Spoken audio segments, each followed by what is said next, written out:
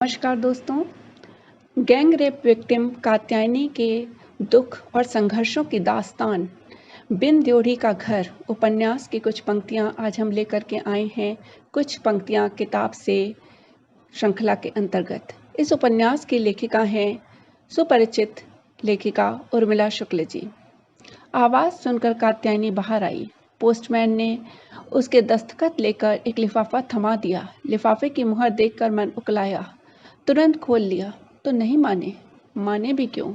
वह भी एक स्त्री की बात। आखिरकार वे सब भी तो उसी पुरुष समाज का हिस्सा हैं जो। मैंने तो सारी सच्चाई बयां कर दी। फिर अब उस सामूहिक कुकृत्य से उपजे बच्चे में पिता के नाम की तलाश। कितनी हिंसक सोच है ये। यह तो एक स्त्री को फिर से उसी पीड़ा और अपमान में धकेलना है। मगर उन्हें इससे क्या सरोकार? उन्हें तो पुरुष वर्चस्व को कायम रखना है। सो ये प्रोफार्मा फिर से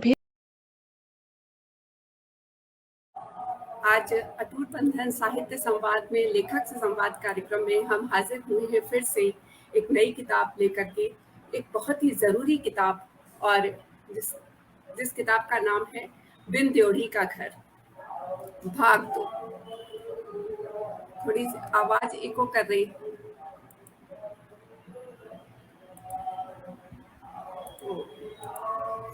तो इस किताब की लेखिका से सबसे पहले हम आपका परिचय कराते हैं। स्वागत है उर्मिला शुक्ल जी, बहुत बहुत स्वागत। तो सबसे पहले एक लेखिका का छोटा सा परिचय।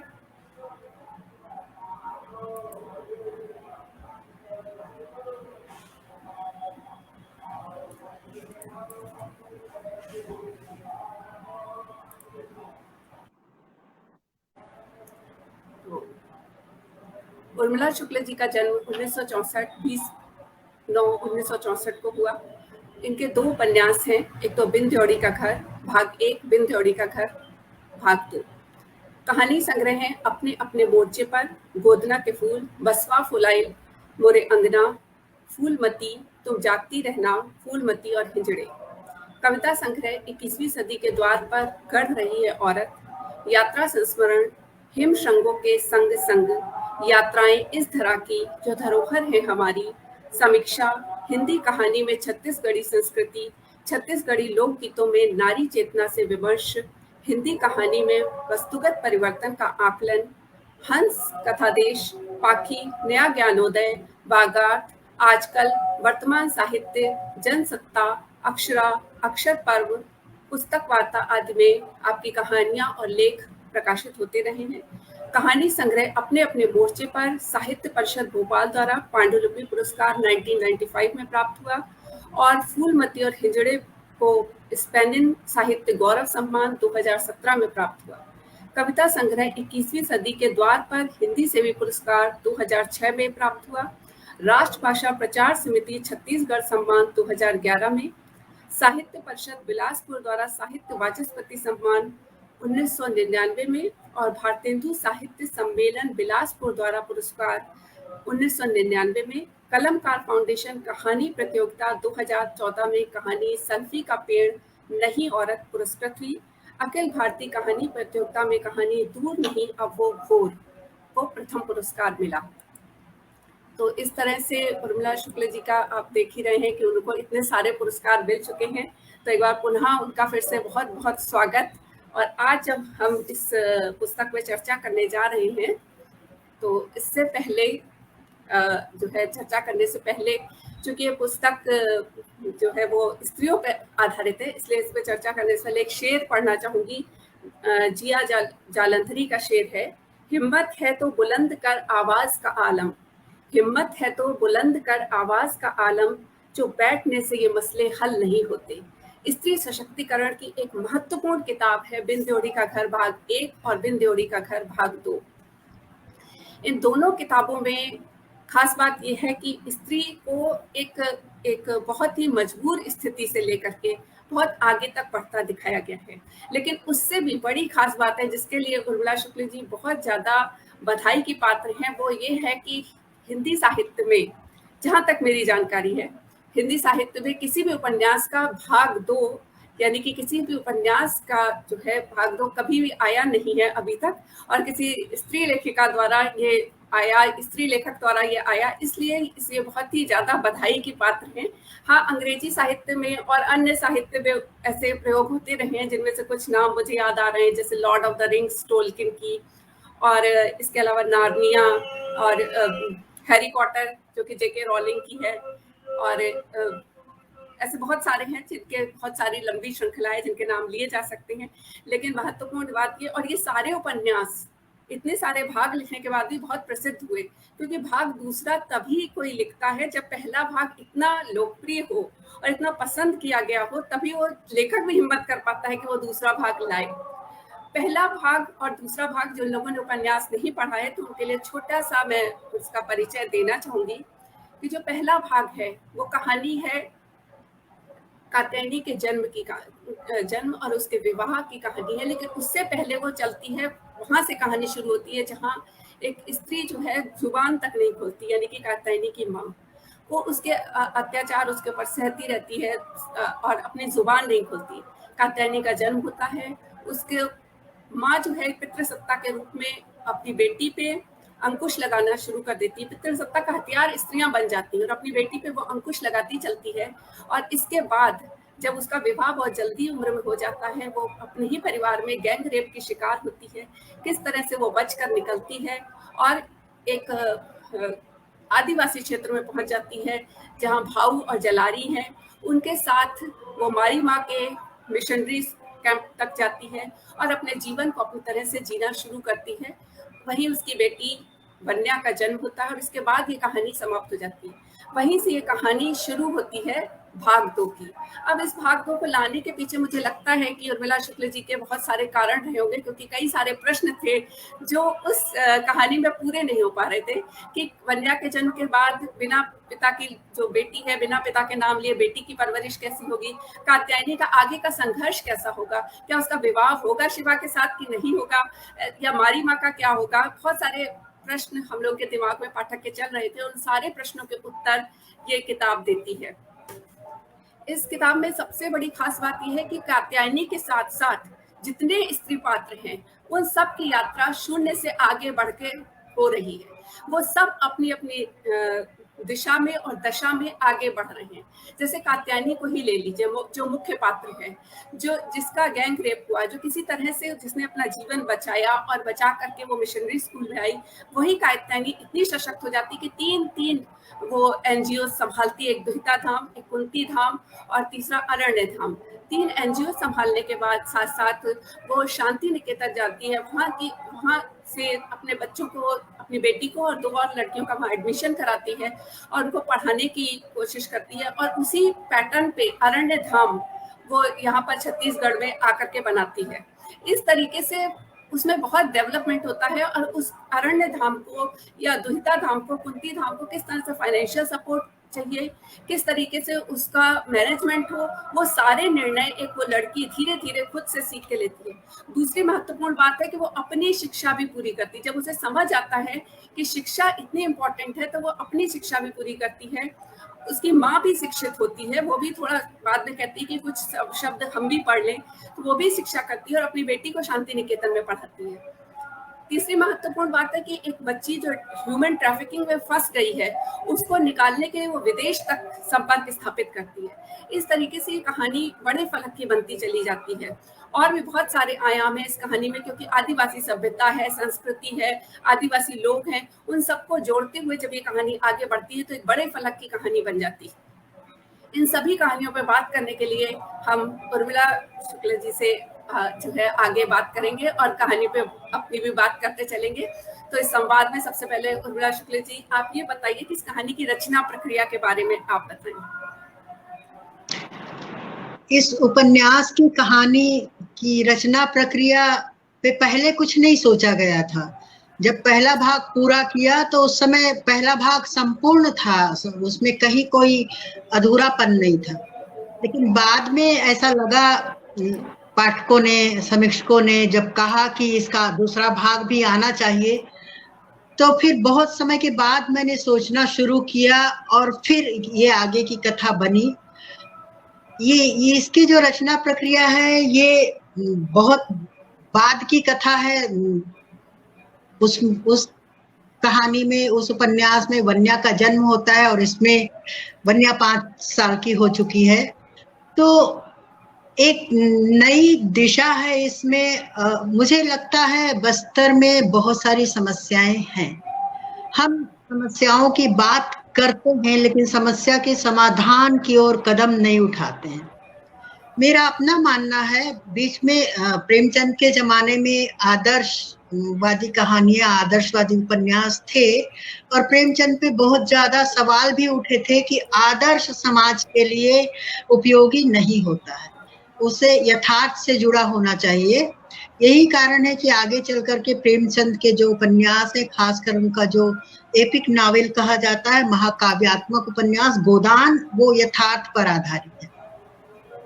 बाद में फिर यथार्थ लेखन का चलन चल पड़ा, लेकिन मुझे ऐसा लगता है कि यथार्थ लेखन जरूरी है, यथार्थ जरूरी है, लेकिन यथार्थ के साथ थोड़ा सा आदर्श का पुट भी बहुत जरूरी है। यथार्थ जीते जीते आज ऐसी स्थिति आ गई है कि हमारे सामने कोई नायक नहीं है, चाहे किसी भी क्षेत्र में हम ढूंढ लें, आज कोई हमारा नायक नहीं है। प्रत्येक व्यक्ति अपराध में डूबा हुआ है, या कहना चाहिए हम उसका अनुसरण करने जाते हैं तो तमाम खामियां उसके चरित्र में निकल आती हैं।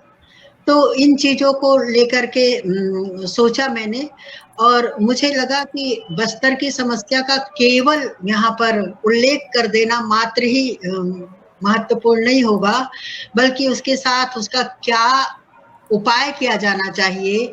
बस्तर की सबसे बड़ी समस्या नक्सलवाद की समस्या है, जिसे मैंने अपने पिछले उपन्यास में उठाया था। शिवा उस कहानी का नायक है जो कि मेडिकल स्टूडेंट है और ऐसी स्थितियां बनती हैं कि उसे इसको छोड़ करके बंदूक उठा लेनी पड़ती है। तो स्थितियां ये क्यों कर उत्पन्न हुई, इस पर उसमें भी पड़ताल की गई है और इसमें इन स्थितियों से उबरने की कोशिश की गई है। बस्तर में बहुत कुछ ऐसा है, ये 2 भाग लिखे जाने के बावजूद आज भी मुझे लगता है कि ना जाने कितने कितने भाग लिखे जा सकते हैं। बस्तर तो एक अलग संस्कृति है, वहाँ की अलग समस्या है, वहाँ की अलग भाषा है, सब कुछ वहाँ का अलहदा है, एकदम अलग है और उसमें बैठ करके उसे सबके सामने लाने की कोशिश निरंतर होनी चाहिए। इसी कोशिश में मैंने इस उपन्यास को लिखने के बारे में सोचा और फिर उस दिशा में पहले सोचा, फिर प्रयास किया और फिर दूसरा भाग आपके सामने आया। रचना प्रक्रिया का यूं कहा जाए, मैं मानती हूँ, या मेरी जो रचना प्रक्रिया है, वास्तव में मेरी रचना प्रक्रिया कुछ है ही नहीं। दरअसल रचना प्रक्रिया में हम जिन चीजों को बताते हैं कि पहले मैंने शोध किया, फिर मैंने अमुक अमुक घटनाएं या अमुक किसी कहानी का खाका बनाया, वैसा कुछ भी मेरे साथ नहीं होता है। ना ही मेरे लिखने की लिखने का ना कोई निश्चित समय है, ना ही कोई एक जगह है जहां बैठ करके मैं लिखूं। जैसे कि आमतौर पे लेखक लेखिकाएं बताती हैं कि उनका एक कमरा है, उनके पास एक टेबल है जिसपे बहुत सारी किताबें रखी हैं, जहां वे बैठ करके पढ़ते लिखते हैं। मेरे साथ ऐसा नहीं है, किताबें भी हैं, टेबल भी है, सब कुछ है, लेकिन मैं वहां बैठ करके नहीं लिख पाती। मैं आराम की स्थिति में अपने बिस्तर पे गाँव तकिया लगा करके वही लिख पाती हूँ। मैं अक्सर कहती हूँ मेरा जो पलंग है वो विक्रमादित्य का सिंहासन है, उससे इतर मुझे कुछ सूझता ही नहीं है, उससे इतर बैठ करके मैं कुछ लिख ही नहीं पाती। तो रचना प्रक्रिया में घर का काम भी शामिल है मेरी रचना प्रक्रिया में। लिखा, फिर उठ करके घर का काम किया। ये उपन्यास जब लिखा गया तो कोविड का दूसरा दौर चल रहा था। कोविड के इस दूसरे दौर में हम बहुत त्रासदियों से गुजर रहे थे। मेरे अपने घर में भी कोविड आया था और उसके कारण मैं बहुत परेशानियों से गुजरी थी। इतनी अधिक परेशानियां थी कि मैं यहाँ बताने का अब कोई औचित्य नहीं है, दूसरों को परेशानी में डालना। लेकिन बहुत परेशानी थी। और इन स्थितियों में यहाँ तक ये स्थिति आई थी कि मैं एकदम अकेली हो गई थी अपने घर में, पूरे साल भर तक मैं अकेली रही थी। इसी बीच इसे लिखने के बारे में सोचा, और फिर पहले वाले उपन्यास में मैंने 5 साल लगाया था, इस उपन्यास में मुझे लगभग 1.25 साल लगे, लेकिन ये 1.25 साल 5 साल से कतई कम नहीं है, क्योंकि पहले वाले उपन्यास को मैंने एक हाथ से लिखा था, एक ड्राफ्ट लिख लिया, उसके बाद 3 महीने के लिए छोड़ दिया, फिर दूसरा ड्राफ्ट किया, फिर उसको 6 महीने के लिए छोड़ दिया, फिर तीसरा किया। इस तरह से मैंने बहुत समय लिया था, लेकिन इसमें मैंने बिल्कुल भी समय नहीं लिया। इसे मैंने कंप्यूटर पर लिखा, इसलिए साथ साथ उसमें सुधार भी होता गया, और इसके लिए ना मैंने दिन देखा, ना मैंने रात देखी। जब भी मेरी नींद टूट जाती, मैं उठ करके उपन्यास लिखने लगती थी। 3 बजे अगर नींद टूट जाए तो 3 बजे लिखती थी, 4 बजे टूट जाए तो 4 बजे लिखती थी। उन दिनों लॉकडाउन था, घर से क्लासेस लेनी होती थी, तो क्लास के बाद मैं लिखती थी। चूंकि अकेली थी इसलिए खाने की कोई समस्या नहीं थी, इसलिए खिचड़ी या दलिया से इतर कभी शायद ही कोई चीज बनाई हो। तो इस तरह से डूब करके बहुत मेहनत, इसमें बहुत ज्यादा मेहनत, क्या समय बहुत ज्यादा दिया मैंने, अपना पूरा समय, कहना चाहिए कि लॉकडाउन का उपयोग किया। शायद ये उपयोग नहीं करती तो अकेले मैं लॉकडाउन को पार नहीं कर पाती, फिर मेरा पता नहीं क्या होता, मुझे नहीं मालूम। तो इस तरह मैंने लॉकडाउन पूरा किया, और शोध करने की मुझे जरूरत नहीं है, खासकर छत्तीसगढ़ के लेखन पर, क्योंकि मैंने बचपन से इतना कुछ देखा है, इतना मेरे जीवन में मेरे आसपास गुजरा है। मेरे पिताजी का जो ट्रांसफर वाला जॉब था, उसके कारण मैंने पूरा छत्तीसगढ़ घूमा है। बस्तर तो बहुत ज्यादा रही हूं मैं। तो शोध जैसी चीज मेरे इस उपन्यास में नहीं है, बल्कि अनुभव है। जो अनुभव थे वो अब याद आते हैं, और उन अनुभवों को वर्तमान से मिला करके उस यथार्थ को कल्पना में घोल करके मैंने पिरोई है। दरअसल कोई भी कहानी, कोई भी उपन्यास ना तो कोरी कल्पना होती है, ना ही कोरा यथार्थ होता है। अगर कोरा यथार्थ होगा तो अखबार की रिपोर्टिंग बन जाएगा, अगर कोरी कल्पना होगी तो वो फिर लोगों को एक मनोरंजन मात्र दे पाएगी, उसका कोई उद्देश्य सामने नहीं आ पाएगा। तो इस तरह ये मेरी रचना प्रक्रिया रही है। अकेलेपन की उपज है मेरा ये जो उपन्यास है, अकेलेपन का सार्थक उपयोग मैंने किया है। और खास रचना प्रक्रिया कुछ बता सकूं, ऐसी कोई रचना प्रक्रिया मेरी है नहीं, या कहना चाहिए शायद मैं बता पाने में सक्षम भी नहीं हूँ। जी, तो आपकी रचना ही बता रही है कि उसकी रचना प्रक्रिया इतनी ज्यादा समय मांगा होगा उसने, और आपने दिया भी, क्योंकि एक मुश्त आपको कोविड में समय मिला और आपने उसका सदुपयोग किया, और एक पाठकों को एक बहुत बढ़िया रचना दी। लेकिन इसमें पेज 20 पे मेरा प्रश्न है कि पेज 20 पे आप लिखती हैं कि डंकिनी जो है, डंकिनी जो उसकी सहेली है बन्या की, उसके बारे में लिखती है कि डंकिनी का जो नाम है वो, जैसे कि आपने लिखा, वरन डंकिनी इस अंचल की ख्यात नदी है, उसकी कथा में माँ दंतेश्वरी जुड़ी है। सो इस अंचल के लिए एक पवित्र नाम है डंकिनी। तो ये माँ दंतेश्वरी की कथा हम लोग जानना चाहेंगे कि माँ दंतेश्वरी की कथा क्या है। जी, माँ दंतेश्वरी एक सिद्धपीठ है, और ऐसा माना जाता है, भारत में बहुत सारे सिद्धपीठ हैं। तो जैसे नैनीताल में नैना देवी का मंदिर है, मान्यता है कि वहां पर सती की आंखें गिरी थी, इसलिए नैना देवी नाम है। तो इस तरह के बहुत सारे सिद्धपीठ हैं, तो दंतेश्वरी भी एक सिद्धपीठ है, और ऐसा माना जाता है कि यहाँ पर सती के दांत गिरे थे, इसलिए नाम दंतेश्वरी है। दंतेश्वरी की कथा भी बहुत ज्यादा रोचक है, और बस्तर के जो राजा थे वो दक्षिण भारत से आए हुए थे यहाँ पर। तो ऐसा मानते हैं कि वे दक्षिण भारत से प्रतिमा, देवी की प्रतिमा लेकर के आए थे, उसे यहाँ पर स्थापित किया था। डंकनी की कोख में या डंकनी की गोद में दंतेश्वरी माँ का मंदिर है, और बस्तर में बहुत ज्यादा मान्यता माता दंतेश्वरी की है। यहाँ तक कि दशहरा, जो कि हम पूरे देश के लोग राम और रावण के रूप में मनाते हैं, राम रावण का वध करते हैं, ऐसी मान्यता भी है कि राम ने रावण का वध किया। 10 दिन तक उनकी लड़ाई हुई, लेकिन बस्तर में ऐसा नहीं है। बस्तर में रावण नहीं जलाया जाता, बस्तर में रावण का वध नहीं होता। पूरे देश में अभी भी मानव के रूप में भी राम लक्ष्मण बनाए जाते हैं, रावण का पुतला बनाया जाता है, उसका दहन किया जाता है, कृत्रिम युद्ध भी दिखाया जाता है, कई जगह राम लीलाएं होती हैं 10 दिन की। तो ये सब बस्तर में कुछ भी नहीं होता। बस्तर का जो दशहरा है वह सबसे अलग है और यह विश्व प्रसिद्ध दशहरा है। इस दशहरा में माँ दंतेश्वरी की प्रतिमा को ही रथ में बिठा करके उसकी परिक्रमा कराई जाती है, उसके साथ जन जुड़ते हैं। बहुत लंबी प्रक्रिया है बस्तर के दशहरे की। बहुत दिन तक, लगभग 3-4 महीने पहले से इसकी शुरुआत होती है और अंत में दशहरे के दिन जो है रथ यात्रा के रूप में हमारे सामने आती है। तो इस तरह से दंतेश्वरी की जो कथा है, ये बस्तर की बहुत प्रसिद्ध कथा है। बस्तर के लोक में दंतेश्वरी की बहुत ज्यादा मान्यता है। राजघराना इसे बहुत मानता है, इसलिए दंतेश्वरी के नाम पर ही दंतेवाड़ा नाम की जगह है। ये दंतेवाड़ा में ये मंदिर है, लेकिन जगदलपुर जो कि बस्तर का मुख्य केंद्र है, बस्तर का वो जिला नहीं है लेकिन बस्तर जिले का मुख्यालय है, वहां राजा का महल है। उस राजा के महल में भी माता की प्रतिकृति है। राजमहल में इसका बहुत ज्यादा सम्मान होता रहा है।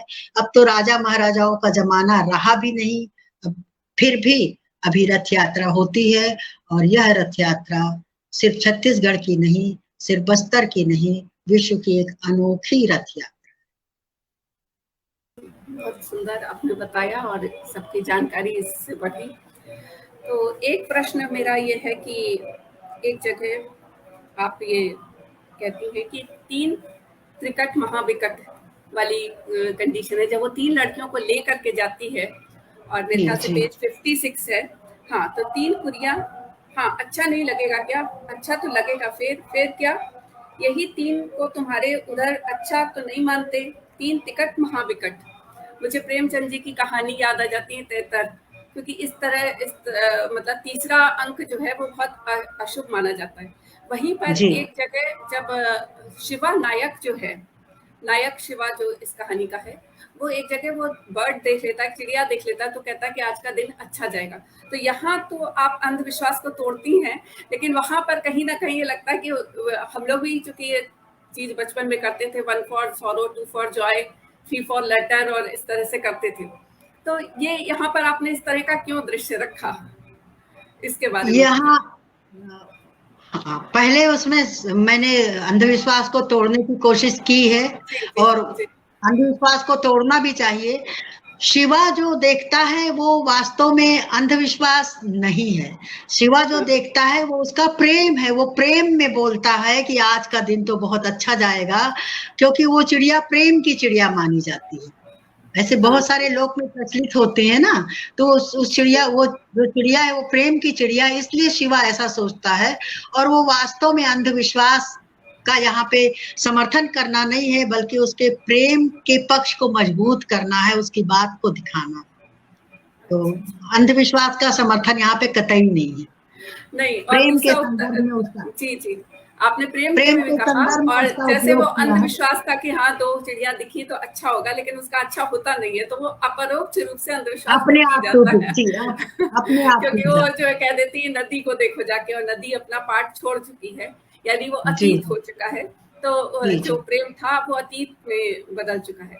तो इस तरीके से आप उसको मतलब बैलेंस कर देती कि हाँ भी अंधविश्वास नहीं है। तो नहीं, उस दृश्य के बारे में मैं थोड़ा बता देना चाहूंगी। वो दृश्य और ये तो सबसे आखिरी का दृश्य है।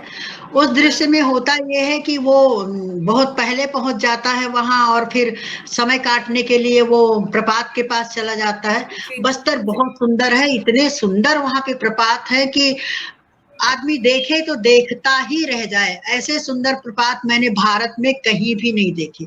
मैं बहुत घूम चुकी हूँ, बहुत जगह मैंने देखा है प्रपात, लेकिन बस्तर का जो प्रपात है वो, और एक नहीं कई कई प्रपात हैं, तो इतने सुंदर हैं।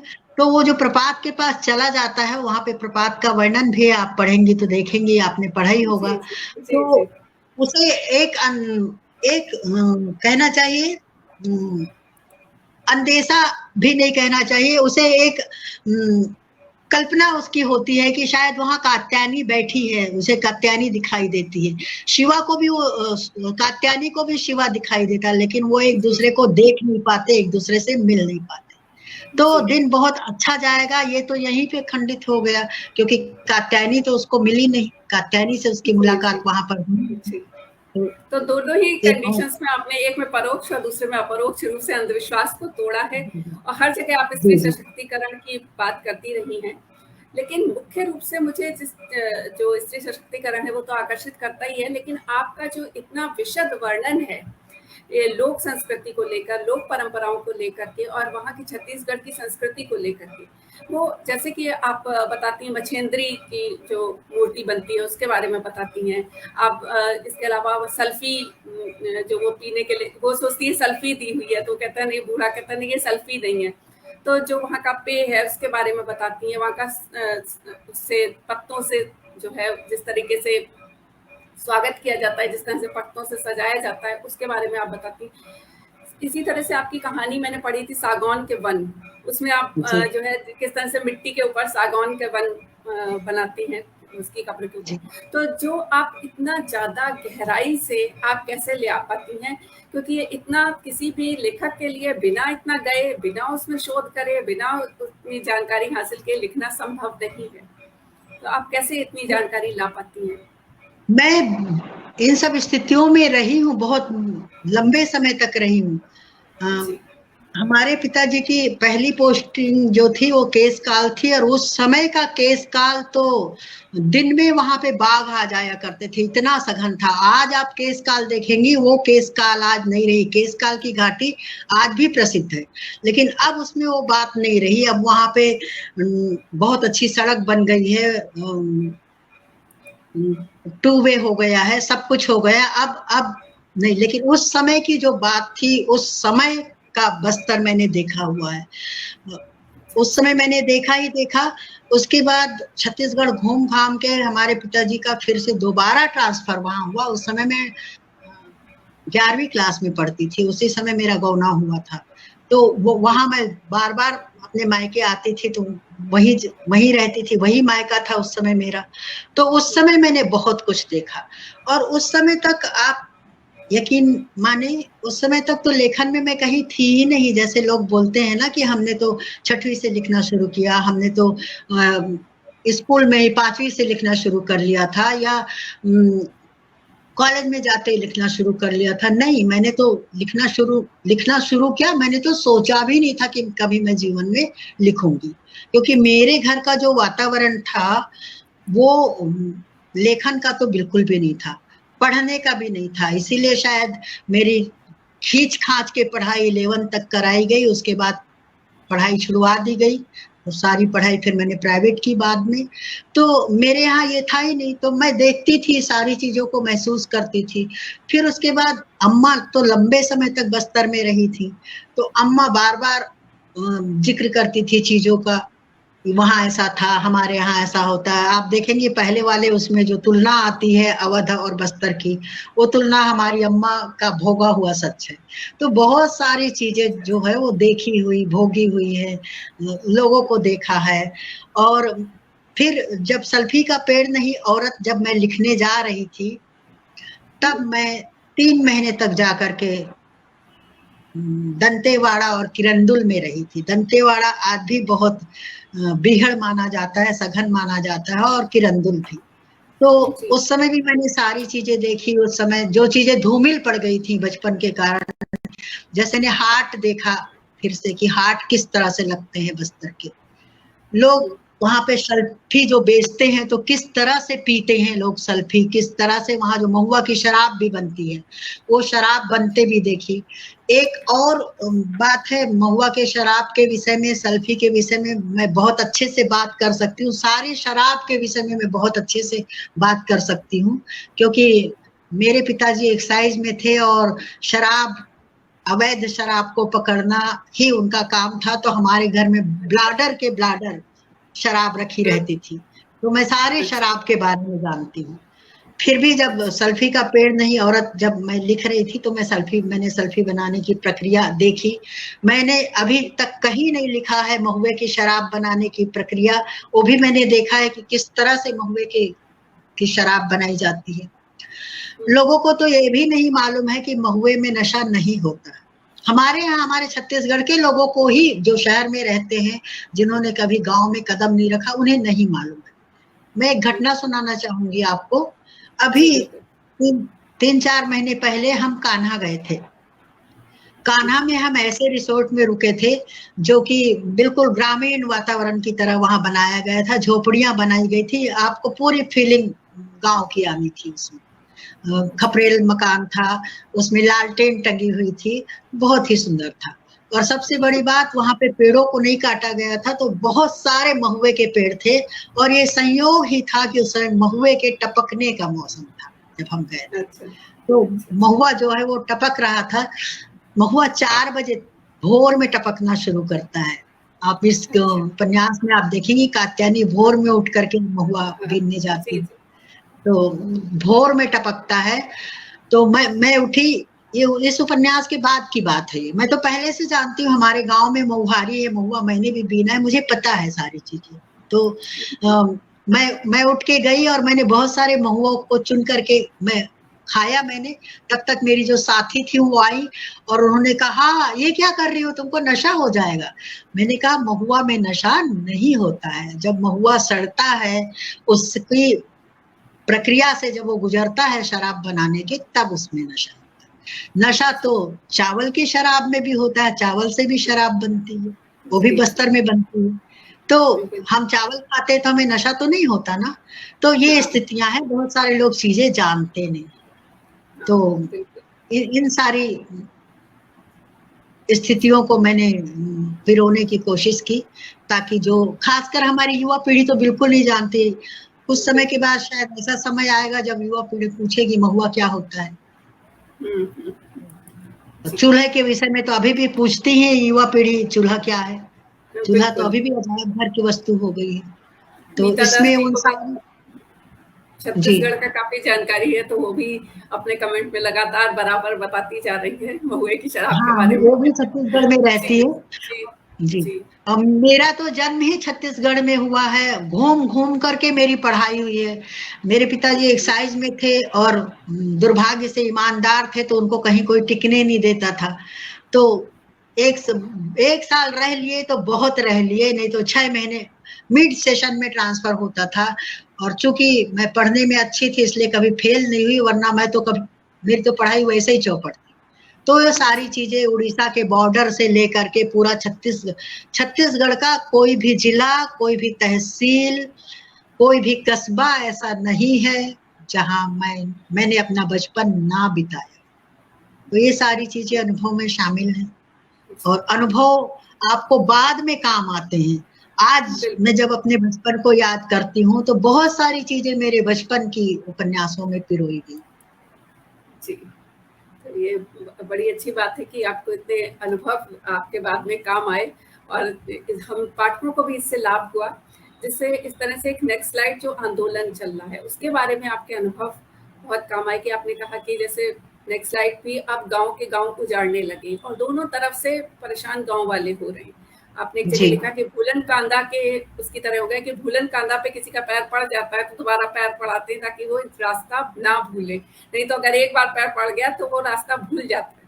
इसके अलावा शांति की जो परेड निकल रही थी उसकी वजह से फिर से आक्रमण होता है गाँव पे और पूरा गांव का गांव नष्ट कर दिया जाता है। और उसमें कात्यायनी भी बचती है किसी तरीके से, पास से उसके गोली निकलती है। तो ये जो नेक्स्ट स्लाइड आंदोलन है जिसके बारे में शहरी लोगों को बहुत कम जानकारी है कि ये क्या चल रहा है, तो इसके बारे में हम चाहेंगे कि आप पाठकों को बताएं, जानकारी दें। वैसे तो काफी कुछ किताब में है, लेकिन जो भी जी आप बताएं वो बताइए कि किस तरीके से ये आंदोलन चल रहा है और किस तरीके से गांव का वालों का दोनों तरफ से उत्पीड़न हो रहा है। जी। दरअसल बस्तर की एक लंबे समय तक, बस्तर क्या जितने भी जंगली इलाके हैं, चाहे वो सरगुजा के जंगल हो, चाहे बस्तर हो, चाहे फिर हमारा झारखंड हो, या फिर उड़ीसा का जंगली क्षेत्र हो, ये सब बस्तर से जुड़े हुए हैं। बस्तर जो है वो आंध्र प्रदेश से जुड़ा हुआ है, उड़ीसा से जुड़ा हुआ है, महाराष्ट्र से जुड़ा, महाराष्ट्र में भी नक्सलवाद है, महाराष्ट्र से जुड़ा हुआ है। तो इस तरह से वहां पर जो सघन वन का इलाका शुरू से रहा, और हमारा दुर्भाग्य ये रहा है कि हम जंगलों का दोहन तो करते रहे हैं, लेकिन हमने जंगलों के विकास के बारे में, वहां रहने वालों के विकास के बारे में बिल्कुल भी नहीं सोचा।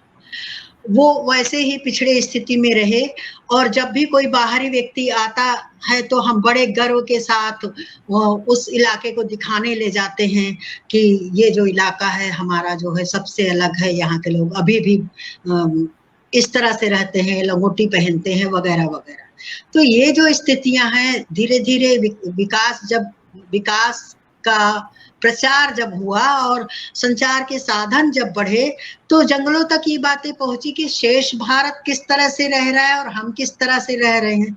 तो आक्रोश होना या मन में तकलीफ का उठना बहुत स्वाभाविक था, वो तो था ही।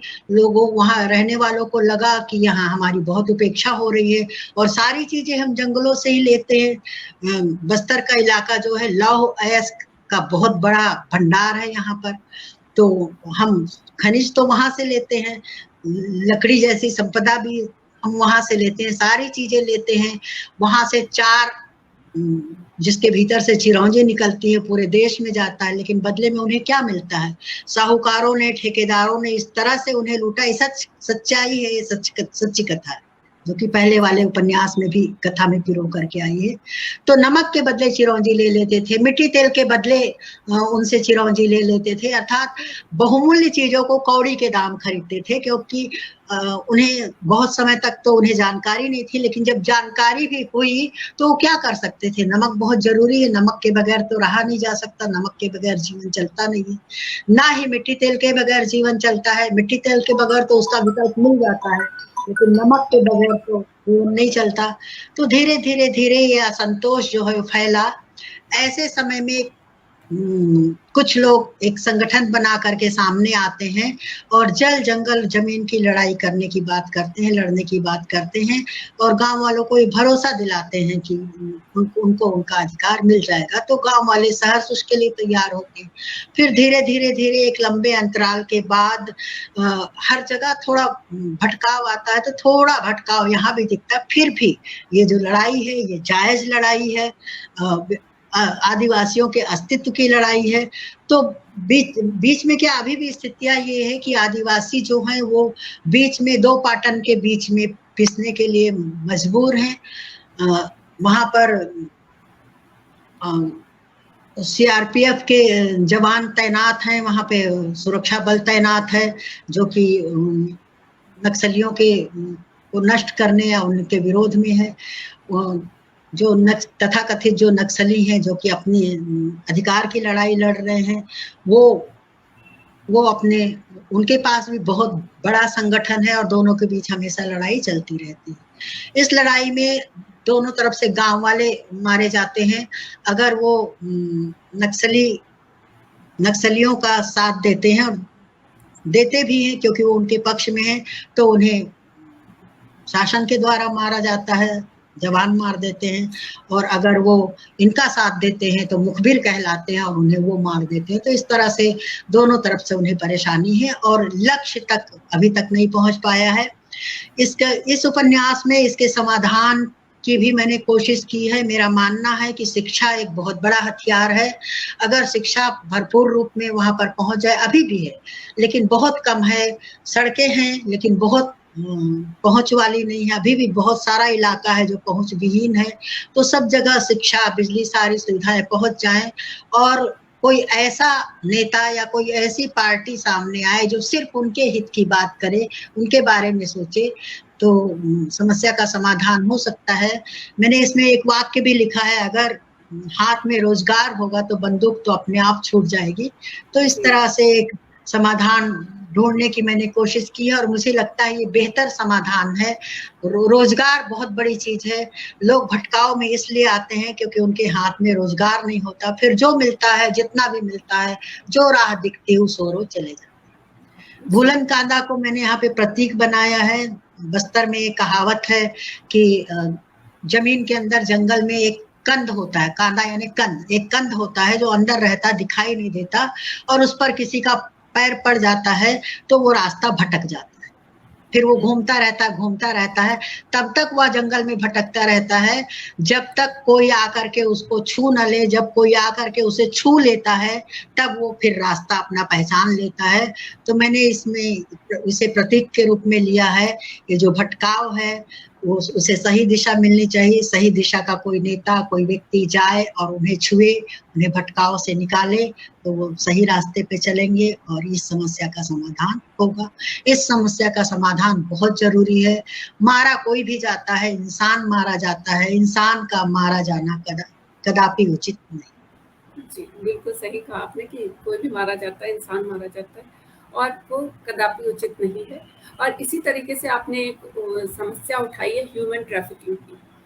ये जो समस्या है जिसमें डंकनी जो है वो उसमें फंस जाती है, क्योंकि वो थोड़ा सा उसमें ईर्ष्या भाव है वन्या के प्रति, और वो अपने को ज़्यादा अच्छा दिखाने के लिए, अपने ज़्यादा अपनी सफलता के लिए वो इसमें फंस जाती है। फिर कैसे उसको निकालती है कात्यायनी, कैसे उसको बाहर फोन करके निकालती है उस, तो इसमें जो लड़कियां फंस रही हैं इसके बारे में आपने कैसे जानकारी हासिल करी, और इसके बारे में आपने कहाँ से सोर्स से ये जानकारी कलेक्ट करी? ये तो देश के हर जगह मानव तस्करी हर जगह है, और खासकर आदिवासी इलाके की लड़कियां इस तस्करी का ज्यादा शिकार होती हैं। विदेश में तो भेजी जाती है। सऊदी अरब जो है वो स्त्रियों का बहुत बड़ा भोक्ता है, कहना चाहिए। बहुत सारी ऐसी घटनाएं हैं। हमारे यहाँ बस्तर से भी सच्ची घटना है। बस्तर से लड़कियां जाती हैं। यहाँ डंकनी जो है वो शांति निकेतन से जाती है, प्रेम के माध्यम से जाती है। बहुत सारे छल हैं, बहुत सारे छलावा हैं जिसके माध्यम से लड़कियों को ले जाया जाता है। प्रेम तो बहुत मामूली सी बात है। यहाँ पर मुख्य जो है वो रोजगार देने के लिए ले जाया जाता है और इस तरह से उनकी तस्करी की जाती है। सरगुजा से बहुत सारी लड़कियां दिल्ली में, आपके दिल्ली में फंसी हुई होती हैं। बहुत तरह तरह का शोषण होता है वहां पर। बाहर भी भेजी जाती हैं। चूंकि वहां पे स्त्रियां खरीदी जाती हैं, तो मानव तस्करी तो बहुत बड़ा रैकेट है हमारे देश में। तो बहुत सारी घटनाएं मैंने पढ़ी थी, देखी भी है। मेरे अपने महाविद्यालय में जब मैं बिलासपुर में थी तब भी एक लड़की थी, सरगुजा से आई हुई थी, उसके साथ भी हुआ था। अंततः उसकी, कहते हैं उसने आत्महत्या की, पता नहीं हत्या हुई आत्महत्या हुई नहीं। तो ये तो बहुत दर्दनाक स्थिति है, बहुत दुखद स्थिति है। ये स्थिति तो है। जी, मुझे इसमें संजना गुप्ता तिवारी की एक कहानी याद आ रही जो कि अटूट बंधन मैगजीन में प्रकाशित हुई थी। उसमें भी इसी तरीके से वो लड़की ले जाई जाती है और वो फिर उसका दुखद अंत होता है। तो ये जो मतलब आपने समस्या को उठाया, और इसके अलावा आपने शांति निकेतन, आपने बहुत सारे हल दिए हैं। एक स्त्री के लिए आपने हल दिया है कि उसके लिए शिक्षा जरूरी है, उसके लिए आत्मनिर्भरता जरूरी है, और शिक्षा को रोजगार से जोड़ करके पढ़ाया जाना जरूरी है। और एक बहुत खूबसूरत बात करी आपने कि शांति निकेतन से शिक्षा का जो मॉडल है वो आप जो है आदिवासी क्षेत्र तक लाएं, ताकि जो एक कहते हैं ना कि एक हार्डवेयर हम लोगों का जो है, जो शरीर है वो जिम जाकर के भले ही इस समय लोग ठीक कर रहे हैं, पर सॉफ्टवेयर जो है वो बहुत खराब होता जा रहा है, क्योंकि इंसान प्रकृति से दूर होता चला जा रहा है। और इसलिए वो इतना पॉपुलर हुआ आपका जो स्कूल है अरण्य धाम का, कि उसमें बड़े लोगों के भी बच्चे आके पढ़ने लगे। क्योंकि इंसान जब प्रकृति से दूर होता है तो उसके अंदर कोमलता और प्रेम की भावनाएं कम होती जाती हैं। तो ये इतना विस्तार आपके मन में कैसे आया कि हम इसको यहाँ से शांति निकेतन से इसको जोड़ करके इस चीज को लाएं? क्योंकि मुझे याद है कि जब हम लोग रांची में रह रहे थे तो रांची में जो मंदिर है जगन्नाथ टेम्पल जी, जो बना है, तो वो उसकी तर्ज पे बना हुआ है, जैसा कि पूरी के तो कहते हैं कि एक बूढ़ा व्यक्ति था, तो उसको श्लोक याद थे, तो वो बताता था, एक श्लोक पढ़ता था और बताता था कि इतनी बीम रख दो। जब उसकी शुरुआत हुई थी तो वो श्लोक पढ़ता था, कहता था इतनी बीम रख दो, इतना ये कॉलम जाएगा, इतना ये जाएगा।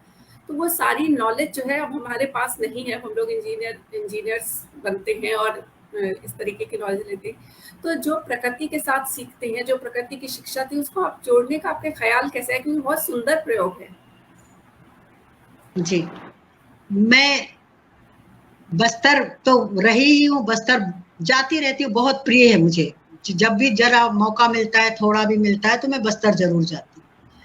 मैं शांति निकेतन भी जा चुकी हूँ। तो शांति निकेतन में मैंने जो देखा, शांति निकेतन का जो शांति निकेतन में जो बनाया गया है, पेड़ पौधे, वो सारे कृत्रिम पेड़ पौधे लगाए गए हैं और उस तरह से उसको बनाया गया है। शांति निकेतन में शिल्प ग्राम भी बनाया गया है। हमारे बस्तर में इसमें कोंडा गांव का उल्लेख है, बहुत बड़ा शिल्प ग्राम है और तरह तरह के वहाँ पे आर्ट है, कलाएं वहाँ पर हैं। तो उसी समय मेरी कल्पना में था कि ये हमारे यहाँ क्यों नहीं हो सकता। फिर जब मैं उपन्यास लिखने लगी तो मुझे लगा इस चीज को यहाँ पर रखना चाहिए, क्योंकि ये बेहतरीन विकल्प है शांति निकेतन की तरह का स्कूल खोलना हमारे बस्तर में। बहुत शांति निकेतन से बहुत ज्यादा है। हाँ, मैंने उसमें लिखा भी है कि गुरुदेव की तरह बड़ी सोच नहीं है, लेकिन छोटी सोच से शुरू तो किया जा सकता है, छोटी शुरुआत तो की जा सकती है। तो ये इस तरह के जो स्कूल जब खुलेंगे तो निश्चित रूप से बाहर के लोग वहाँ आएंगे और फिर उसकी ख्याति होगी, वहाँ के लोगों को रोजगार मिलेगा, जैसा कि इसमें दिखाया गया है। और एक अमरकंटक बहुत प्रसिद्ध जगह है। पहले हम संयुक्त मध्य प्रदेश में थे, हमारे छत्तीसगढ़ से बहुत नजदीक है, और हमारा दुर्भाग्य कि बंटवारे में वो अब आधा मध्य प्रदेश में चला गया और आधा छत्तीसगढ़ में है, तो आधा आधा बट गया। उस अमरकंटक में एक ऐसा विद्यालय है जहां पर दिल्ली, कलकत्ता, मुंबई से बच्चे यहाँ आकर के पढ़ने आते हैं, सीखने आते हैं, क्योंकि यहाँ संस्कृति से जोड़ करके पढ़ाया जाता है। बाकी जो विद्यालय हैं वो हमें संस्कृति से विहीन करते हैं। संस्कृतियां हमें आधार देती हैं, संस्कृति के बिना हम कहीं के नहीं रहेंगे। तो वो स्कूल इतना ज्यादा लोकप्रिय है, इतनी ज्यादा वहां पर संख्या है और लाइन बहुत ज्यादा, वेटिंग लाइन वहां बहुत ज्यादा। तो ऐसा प्रयोग यहाँ किया जा चुका है। और अमरकंटक भी नर्मदा का उद्गम है, बहुत सुंदर, सतपुड़ा के पहाड़ के बीच में है। तो ये स्थितियां हैं। तो वहां से मैंने लिया था, फिर शांति निकेतन मैंने देखा और मुझे लगा ये होना चाहिए। तो एक सपना देखा है मैंने बस्तर के लिए और मैं चाहती हूँ ये सपना पूरा हो। हमारे अपने जो युवा हैं, हमारी जो सरकारें हैं, वो इस तरह की कोई व्यवस्था करें। बिल्कुल, आपने लिख दिया जो है, एक मतलब शुरुआत हो चुकी है।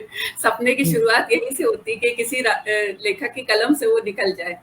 तो इसमें कहानी में जैसे आपने एक ऐसे पुरुष दिखाए हैं जो बलात्कार भी करते हैं, स्त्री को शोषित भी रखते हैं, वहीं पर भाऊ जो आदिवासी संस्कृति का है वो स्त्रियों को सम्मान देता है।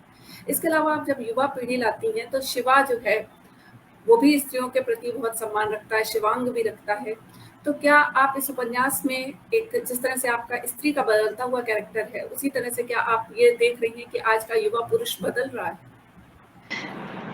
जी, युवा पुरुष बदल भी रहा है और पहले के जमाने में भाव में, वो तो पहले के जमाने के हैं। 100% पुरुष बुरे कभी नहीं थे। रेशियो उनका ज्यादा हो सकता है उस समय, लेकिन सभी बुरे हो ऐसा नहीं, अच्छे पुरुष भी हैं जो स्त्रियों का सम्मान करते हैं, चाहते हैं कि स्त्रियां उनके साथ साथी की तरह रहें। भाऊ इस तरह के हैं और भाऊ आदिवासी भी नहीं है, भाऊ नागपुर से आए हुए हैं, वो यहाँ पर महाराष्ट्र से आए हुए, यहाँ पर वो नौकरी करते थे, नौकरी करते करते जलारी से उन्हें प्रेम होता है और वो आदिवासी संस्कृति में रच बस जाते। तो इस तरह के भी पुरुष होते हैं। और जो कात्यायनी के पिता हैं, जो कि पूर्वी उत्तर प्रदेश के पुरुषों का प्रतिनिधित्व करते हैं, वहाँ पे 90% पुरुष इसी तरह के होते हैं। तो इस तरह के भी पुरुष हैं। शिवा जो कि आदिवासी संस्कृति से है, आदिवासी संस्कृति में स्त्रियों का बहुत ज्यादा सम्मान है। समस्याएं हैं वहाँ पर, दूसरे तरह की समस्याएं हैं, लेकिन भेदभाव वाली बात वहाँ पर आदिवासी संस्कृति में नहीं है। शिवा उस संस्कृति से आता है, इसलिए भी उसके मन में स्त्रियों के प्रति जो है वो भावना कोमल है। शिवांग उसी परवरिश में, शिवांग भी आदिवासी संस्कृति से है और फिर शिवा जैसा परवरिश देने वाला उसे मिलता है, इसलिए उसका भी झुकाव इस ओर है। और ये भी है कि वर्तमान में युवा जो है वो बदल रहा है, ये भी सच्चाई है। अच्छा, एक मनोविज्ञान से रिलेटेड प्रश्न मेरे दिमाग में आया स्त्री पात्रों को लेकर के, क्योंकि इसमें कहानी में प्रेम भी एक मुख्य तत्व के रूप में उभरा है। तो यहाँ पर मारी माँ का जो प्रेमी है, जो उसको छोड़ के चला जाता है, नील, वो वापस आता है, उसका पश्चाताप वो देखती है और फिर वापस में उसको समझती है और वापस उससे शादी कर लेती है। वहीं पर जो मुख्य नायिका है कात्यायनी, वो शिवा की एक बात से आहत होती है कि शिवा ने कह दिया था कि बच्चा जो है वो उसको पिता का नाम मिलेगा। फिर वो समष्टि की ओर चल देती है और उसका पूरा लाइफ, उसमें उसको ये लगता है कि हमारा जीवन अब समाज के लिए है। वो उस प्रेम को मतलब कहती है ना कि वो नदी के हम दो किनारे हैं और हम दोनों के बीच में प्रेम सतत बहता रहेगा, लेकिन विवाह जैसी उसमें नहीं जाती है। वहीं पे तीसरी पीढ़ी की जो वन्या है, वो जब देखती है कि मतलब समीर से उसको प्रेम है और समीर के साथ शादी भी करना चाहती है, लेकिन जब समीर एक ऐसा प्रश्न पूछ देता है जो स्त्री की शुचिता से रिलेटेड है, तो आहत होती है और वो उस रिश्ते को तोड़ के शिवांग के साथ शादी करने को तैयार हो जाती है। तो ये जो तीन स्त्रियों की जो अलग अलग गाथा है प्रेम को लेकर के, तो मेरे मन में प्रश्न ये आता है कि क्या ये प्रेम का स्वाभाविक रूप है या एक स्त्री का जो जीवन है, जो उसका मनोविज्ञान है, वो कहीं ना कहीं काम करता है, उसकी पास्ट लाइफ काम करती है उसके जीवन में प्रेम के संबंधित निर्णय लेने में। इसको आप किस तरीके से देखते हैं? प्रेम के मामले में व्यक्तिगत स्थितियां बहुत ज्यादा कारगर होती हैं, बहुत ज्यादा प्रभावित करती हैं, ये मेरा मानना है। कात्यायनी की जो स्थिति थी, वो जिन हालातों में वो आती है, शिवा के प्रति आकर्षित तो होती है और एक मन में उसके आता भी है कि वो शिवा के साथ अपनी जिंदगी शुरू करे, लेकिन वो पुरुष सत्ता से आहत रहती है और वो उसी तरह की बात शिवा के मुंह से निकल जाती है कि तुम्हारे समाज में तो कोई इसे अपना नाम भी नहीं देगा। वह चीज उसे आहत करती है और वो फिर अपना अलग रास्ता अख्तियार कर लेती है। शिवा वास्तव में उससे प्रेम करता है और चाहता है वो उसके साथ आए, लेकिन तब तक कात्यायनी अपने रास्ते पर इतने आगे निकल चुकी होती है कि पीछे जाना संभव नहीं होता। प्रेम जीवन के लिए आवश्यक है, लेकिन प्रेम सब कुछ नहीं है। प्रेम से इतर भी बहुत कुछ है और इसी बात को यहाँ पे कात्यायनी कहना चाह रही है। और एक समय होता है प्रेम के लिए, जैसे शिवा विवाह का प्रस्ताव रखता है, प्रेम करना, वो नदी की तरह प्रेम बहता रहे, ये तो कात्यायनी भी चाहती, क्योंकि उसके मन में प्रेम है, वो शिवा से प्रेम करती है, लेकिन उसके साथ जीवन में आगे नहीं बढ़ना चाहती। उसके बहुत सारे कारण, एक तो उसकी जिम्मेदारियां अलग हैं और विवाह के बाद जिम्मेदारियां और भी बढ़ जाती हैं, वैवाहिक स्तर पे भी जिम्मेदारियां बढ़ती हैं, ये भी सच है। आदमी पूरी तरह से समर्पित होकर के काम नहीं कर पाता। दूसरी बात, एक लंबी उम्र के बाद किसी के साथ रहना, समझौता करना बहुत मुश्किल होता है, ये भी स्थितियां हैं। तो ये सारी स्थितियां कात्यायनी के जीवन में है, जो कि कात्यायनी को इस तरह से बनाती। तो कात्यायनी ने एक दिशा चुन ली है, उस दिशा से वो पीछे नहीं मुड़ना चाहती, हटना नहीं चाहती। वन्या के सामने अभी जीवन पड़ा हुआ है। वो आज की युवा पीढ़ी बहुत प्रैक्टिकल है, वो प्रेम में बंद करके नहीं रहती और फिर उसे तो शिवांग जैसा प्रेम करने वाला प्रेमी मिलता है और वो बिना कुछ छिपाए सब कुछ बता करके जब वो स्वीकार कर लेता है तो उसके साथ वो चलता है। तो दो पीढ़ियों में बहुत फर्क है। तीसरी पीढ़ी को भी अगर हम एक बार देख लें, तो अगर कात्यायनी की माँ है उसको देख लें, तो वहां तो प्रेम को हाँ है ही नहीं, समर्पण है पूरा। जमाना दाम्पत्य प्रेम का था, तो वहां पे तो प्रेम जैसी कोई चीज है नहीं। मारी माँ की जहां तक बात है, वो यूरोप से यहाँ आई थी। यूरोप में प्रेम का जो रूप है वो अलग है। वो अपने प्रेमी के साथ ही यहाँ आई थी, उस प्रेम को जीना भी चाहा था, लेकिन यहाँ के लोगों की गरीबी और दयनीय अवस्था को देख करके वो उस ओर मुड़ गई थी। फिर जब नील लौट करके आता है और जब उस हमारी माँ को पता चलता है कि वो किस तरह से उनके प्रेम में डूबा हुआ है, किस तरह से विवाह करने के बाद भी वो अपनी पत्नी और परिवार को छोड़ करके फिर से यहाँ पर आया है, किस तरह से वो पर्दे के पीछे रह करके उनको देखता है, प्रेम करता है और उनके सामने नहीं आता है। एक वाक्य है, प्रेम में मीरा हो जाना।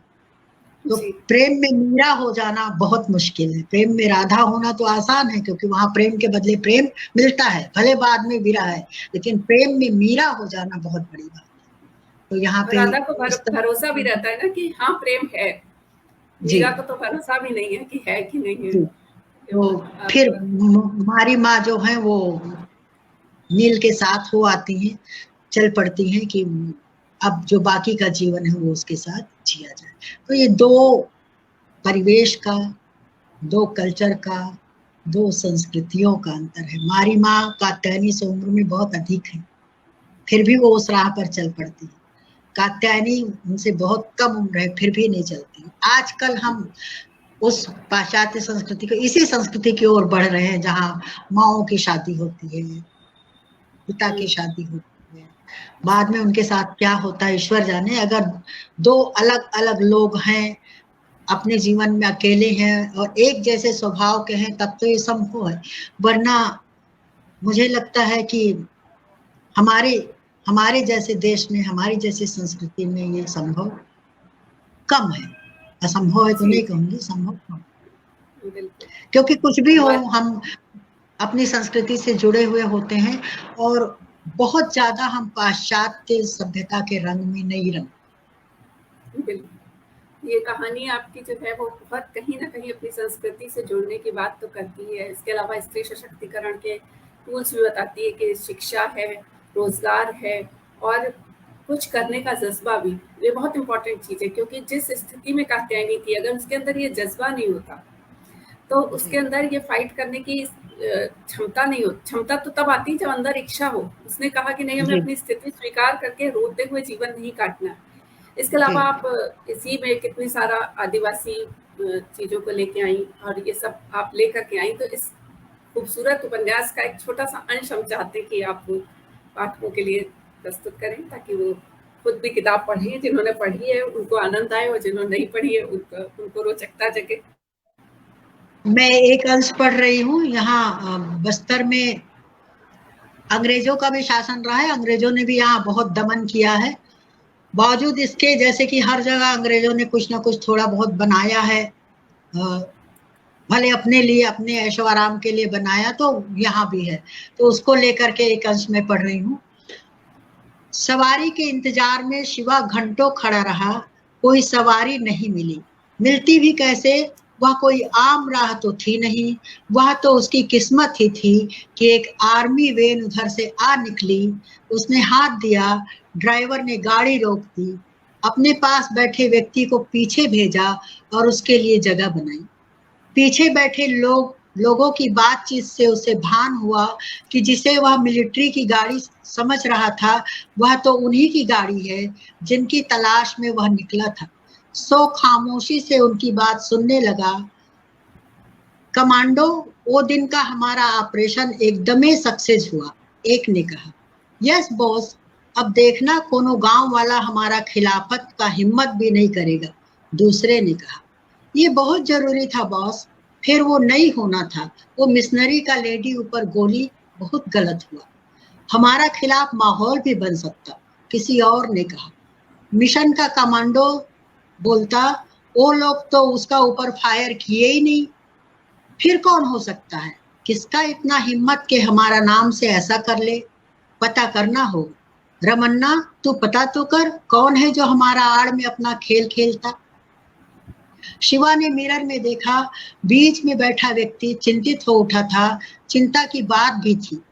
अभी तक इनकी छवि थी कि आम लोगों पर वार नहीं करते, मगर यह घटना इनकी छवि पर भारी पड़ रही थी। इनकी बातों से यह तो स्पष्ट है कि कात्यायनी पर गोली इन लोगों ने नहीं चलाई।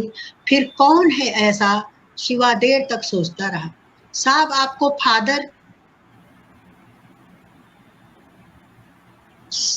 आपको किधर उतारना है? बस यही आगे वाले डाक बंगले पर। इस समय उस गांव में जाने का कोई फायदा न था, सो उसने वहीं उतरना तय किया। दंडकारण्य के इस इलाके में बना यह डाक बंगला शिवा को कैप्टन गेयर की याद दिलाता है।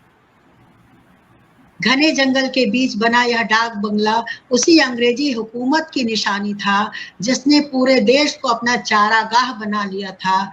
मध्यस्थता करने की आड़ में धीरे से सब कुछ हथियार लेना ही अंग्रेजों की नीति थी। बस्तर भी उनकी इसी नीति का शिकार हुआ था। अंग्रेजी हुकूमत ने धोखे से यहाँ के वनों को अपने अधीन कर लिया। जंगल को अपना भगवान मानने वाले आदिवासियों को यह कैसे बर्दाश्त होता। सो बूम काल हुआ। बूम काल एक भूचाल बन गया। आम की छोटी सी डंगाल पर बंधी मिर्च ने लाल मुंह वाले अंग्रेजों की ऐसी खबर ली कि यह जो विद्रोह है वह आग बन करके पूरे जंगल में फैल गया। विद्रोह का ऐसा बिगुल बजा कि अंग्रेजों को लगा कि अब तो उनका अस्तित्व ही मिट जाएगा। फिर कैप्टन गेयर को भेजा गया। वह एक धूर्त और चालबाज अधिकारी था। वह समझ गया था इस विद्रोह को दमन से खत्म नहीं किया जा सकता, सो उसने चाल चली। बस्तर की माटी की झूठी कस्में खाई, लोगों को आश्वासन दिया कि इस विद्रोह के नेताओं को कोई हानि नहीं पहुंचाएगा। भोले भाले आदिवासी उनकी बातों में आ गए और विद्रोह धीमा पड़ गया। मगर गुंडाधुर उसे छकाते रहे। वे कभी भी उनकी पकड़ में नहीं आए। हार कर अंग्रेजों ने उन्हें कल्पित किरदार मानकर लड़ाई बंद कर दी। इस अंचल में तो जो भी आया उसने इसे लूटा ही। किसी ने दादागिरी से तो किसी ने हमदर्द बनकर धोखे से। जल जंगल जमीन की बात करने वाले भी कहाँ सफलता तक पहुंच पाए। स्वर्ग की इस अनुकृति से इस अंचल को बारूद का ढेर बना दिया। क्या हासिल हुआ हमें? गांव वालों की हत्या। ऐसे तो नहीं चलेगा, कुछ तो करना ही होगा। अपने कमरे में लेटा शिवा देर तक सोचता रहा। फिर उठकर कमरे की खिड़की खोली तो खिड़की से होकर नदी की कलकल कमरे में उतर आई। अधिकारी के रूप में गेयर एक हृदयहीन व्यक्ति था, मगर उसी ने इस वादी की खूबसूरती में चार चांद लगाने वाला यह डाक बंगला बनवाया था। सागौन की हरियाली के बीच से झांकती डाक बंगले की लाल छत, दूर दूर तक फैले हरियाले पहाड़ और पीछे से आती नदी की कलकल, सब मिलकर एक सम्मोहन सा रच रहे थे। खिड़की से आई शीतल हवा ने वो पल याद दिला दिए जिसे वह कभी जी लेना चाहता था। मगर वह क्या था जिसके कारण इतने नजदीक आकर भी मेरे हाथ से सारी चीजें फिसलती चली गई। शायद मेरी कोशिश में कुछ कमी रही। कई बार हम उन शब्दों का चयन कर बैठते हैं जो मनोभावों को ठीक से व्यक्त नहीं कर पाते हैं। सोचते हुए शिवा केस काल की घाटी के उन पलों में जा पहुंचा। उस दिन बोले गए अपने एक एक शब्द को थहाने लगा। देर तक विगत को खंगालता रहा। लगा कि उसने जो कुछ भी किया वह गलत तो नहीं था। फिर मन से आवाज उठी, सचमुच तुमने कुछ भी गलत नहीं किया? कुछ याद नहीं तो जानबूझकर तो किया नहीं होगा। तो अनजाने में की गई गलती क्या गलती नहीं होती? होती तो है। फिर कोई कोशिश की तुमने? भीगी हुई रस्सी की तरह ऐठे रहे तुम। अच्छा, अतीत को जाने दो, अभी वर्तमान में क्या क्या तुमने कोई पहल की? बाबू को वहां ले जाने के अलावा और कुछ किया? तो बाबू को ले जाने का उद्देश्य तो मेरा यही था। मैं उसके नजदीक आना चाहता था। मैंने तो बार बार कोशिश की पर वो तो मौका ही नहीं देती। कभी माफी मांगी? माफी किस बात की? मैंने तो कुछ ऐसा किया ही नहीं। कि सारी समस्या की जड़ ही तो ये मैं ही तो है। शिवा ने अपने मन की कही बातों को ठहाया। लगा मन सही कह रहा है। एक छोटा सा अंश और पढ़ूं, समय है? जी। इसी से आगे का जुड़ा हुआ है। जिस अंश का आपने उल्लेख किया था वही अंश है। छोटा सा पढ़ देती हूँ मैं। सर्दी के दिनों में सूरज संध्या से मिलने को कुछ ज्यादा आतुर हो उठता है, सो वह जल्दी जल्दी चलने लगा। पहाड़ी के पीछे खड़ी संध्या ने अपनी बाहें फैलाई और वह उसकी बाहों में समा गया। शिवा उस दृश्य को निर्निमेष निहार रहा था। अब उसकी खुली पलकों में एक स्वप्न सा पलने लगा था। फिर तो संध्या ने कब अपना आंचल समेट लिया, रात की काली चादर कब फैल गई, उसे पता ही नहीं चला। रात गहराती जा रही थी, मगर मंजिल अभी दूर थी। ऐसे में रात के पक्षी ने आवाज दी, टी टी। रात के अंधियारे सन्नाटे में जंगल किसी रहस्य लोक से कम नहीं लगते। ऐसे में अगर रात का पक्षी बोल जाए तो फिर रहस्य तो और गहरा हो जाता है। मगर उस आवाज ने शिवा के मन में भय नहीं, एक आस जगाई। उसने सुना था उसके दर्शन से मनोकामना पूरी होती है। टी टी पक्षी ने फिर से टीकारी भरी। जरा गाड़ी रोकना साहब, यहाँ तो भयंकर अंधकार है, आगे किसी गांव में रुकते ना। नहीं नहीं, यही रुकना है, गाड़ी किनारे ले लो। डर ने उसके मन में अपना फैलाव लिया, मगर मालिक का आदेश, सो उसने गाड़ी रोक दी। शिवा गाड़ी से उतरकर पगडंडी पर चल पड़ा। कुछ दूर चलने के बाद पक्षी की टिहकार फिर सुनाई दी। उसने उस दिशा में अपनी नजरें गड़ा दी। ये एक छोटा सा अंश है, बाकी आप लोग पढ़िए। किताब सुंदर है, क्योंकि स्त्री सशक्तिकरण की एक बहुत महत्वपूर्ण किताब है, और चूंकि आपने ऐसी महत्वपूर्ण किताब लिखी है तो चलते चलते हम आपसे आज की स्त्रियों के लिए कुछ सलाह, कुछ सुझाव चाहते हैं। हाँ, सुझाव देना तो उचित नहीं होता है, क्योंकि कोई किसी का सुझाव मानता नहीं है। लेकिन सब अपने अनुसार चलते हैं, अपने अनुभव के अनुसार जीते हैं और अपने अनुसार निर्णय लेते हैं। लेकिन फिर भी जो मेरी एक सोच है और मुझे लगता है जिस पे चल करके हम मंजिल को पा सकते हैं। हमारी मंजिल क्या है? सशक्त होना है। हमारा उद्देश्य पुरुषों का समूल नाश करना नहीं है। हमारा उद्देश्य पुरुषों से दुश्मनी लेना भी नहीं है। हमारा उद्देश्य उनके साथ चलना, अपने लिए एक राह बनाना, जिस राह में उनके द्वारा कांटे न बिछाए जाएं, या बिछाए जाए तो हम उसे निकालने में सक्षम हो।